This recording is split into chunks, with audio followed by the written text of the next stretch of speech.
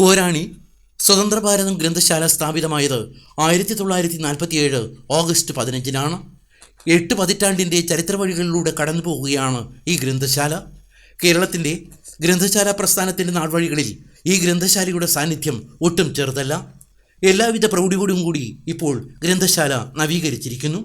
V Sasi MLA നവീകരിച്ച ഗ്രന്ഥശാലയുടെ ഉദ്ഘാടനം നിർവഹിച്ചു. OS അംബിക MLA മുഖ്യപ്രഭാഷണം നടത്തി. നവകേരള സൃഷ്ടിക്ക് രൂപം കൊടുക്കുന്നത് പോലെ വായന സംസ്കാരം വളർത്തിയെടുക്കുക എന്ന ലക്ഷ്യത്തോടു കൂടിയാണ് ഈ ഗവൺമെന്റ് നടപ്പിലാക്കി മുന്നോട്ട് പോയിക്കൊണ്ടിരിക്കുന്നത്.